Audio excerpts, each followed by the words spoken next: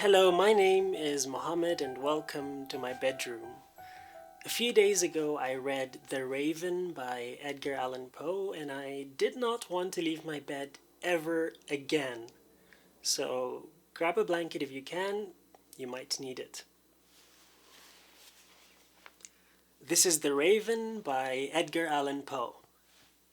Once upon a midnight dreary, while I pondered, weak and weary, over many a quaint and curious volume of forgotten lore, while I nodded, nearly napping, suddenly there came a tapping, as of someone gently rapping at my chamber door.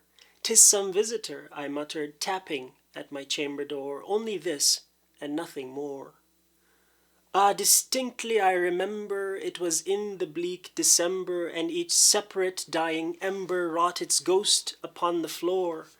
Eagerly I wished the morrow, vainly I had sought to borrow from my books surcease of sorrow, sorrow for the lost Lenore, for the rare and radiant maiden whom the angels name Lenore, nameless here for evermore. And the silken, sad, uncertain rustling of each purple curtain thrilled me, filled me with fantastic terrors never felt before, so that now, to still the beating of my heart, I stood repeating, "'Tis some visitor entreating entrance at my chamber door, some late visitor entreating entrance at my chamber door.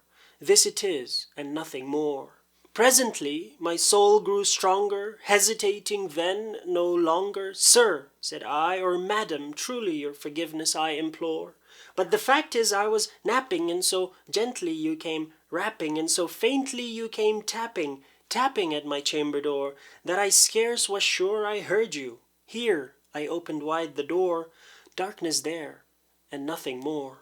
Deep into the darkness peering, long I stood there wondering, fearing, doubting, dreaming dreams no mortal ever dared to dream before. But the silence was unbroken, and the stillness gave no token, and the only word there spoken was the whispered word, "Lenore?" This I whispered, and an echo murmured back the word, "Lenore, merely this, and nothing more." Back into the chamber turning, all my soul within me burning, soon again I heard a tapping somewhat louder than before.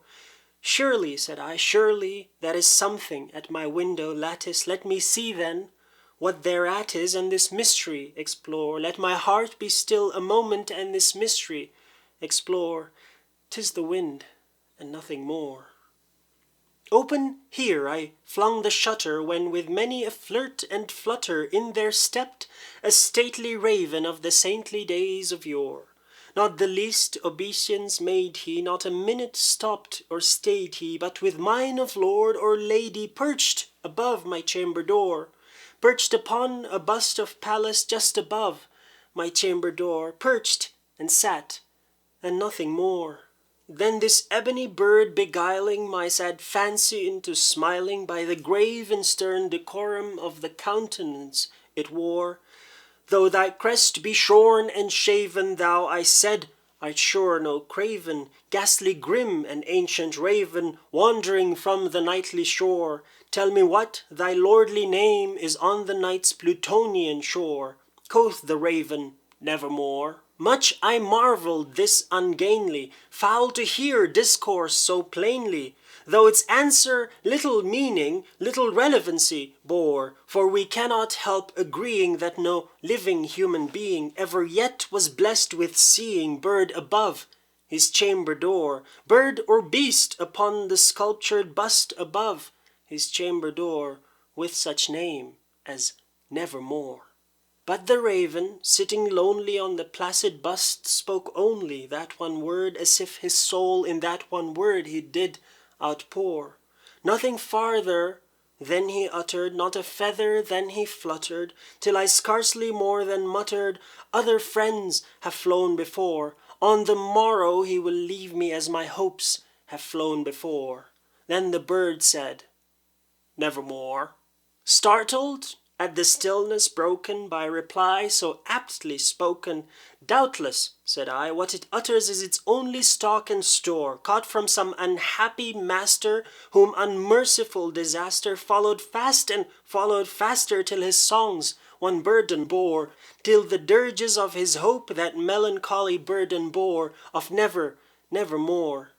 But the raven, still beguiling all my fancy into smiling, straight I wheeled a cushioned seat in front of bird and bust and door, then upon the velvet sinking I betook myself to linking fancy unto fancy, thinking what this ominous bird of yore, what this grim, ungainly, ghastly, gaunt and ominous bird of yore meant in croaking nevermore.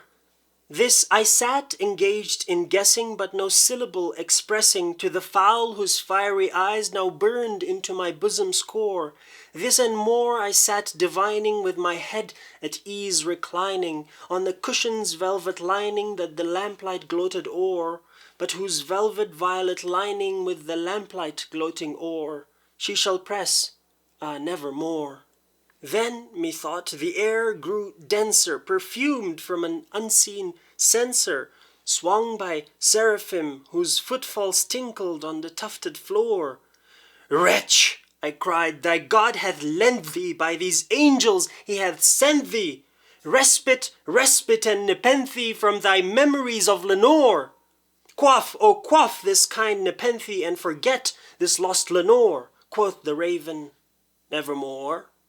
"Prophet," said I, "thing of evil, prophet still, if bird or devil, whether tempter sent or whether tempest tossed thee here ashore, desolate yet, all undaunted on this desert land, enchanted on this home by horror haunted, tell me truly, I implore, is there balm in Gilead? Tell me, I implore." Quoth the raven, "Nevermore." "Prophet," said I, "thing of evil, prophet still, if bird or devil, by that heaven that bends above us, by that God we both adore, tell this soul with sorrow laden, if within the distant Aidenn it shall clasp a sainted maiden whom the angels name Lenore, clasp a rare and radiant maiden whom the angels name Lenore." Quoth the raven, "Nevermore." "Be that word our sign of parting, bird or fiend," I shrieked, upstarting, "get thee back into the tempest and the night's Plutonian shore. Leave no black plume as a token of that lie thy soul hath spoken. Leave my loneliness unbroken, quit the bust above my door. Take thy beak from out my heart, and take thy form from off my door." Quoth the raven, "Nevermore." And the raven, never flitting, still is sitting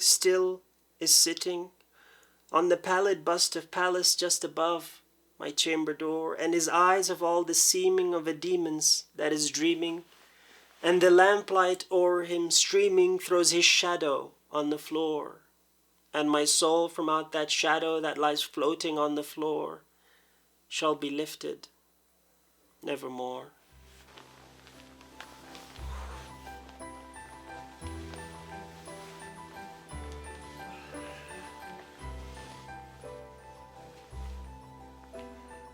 That was The Raven by Edgar Allan Poe.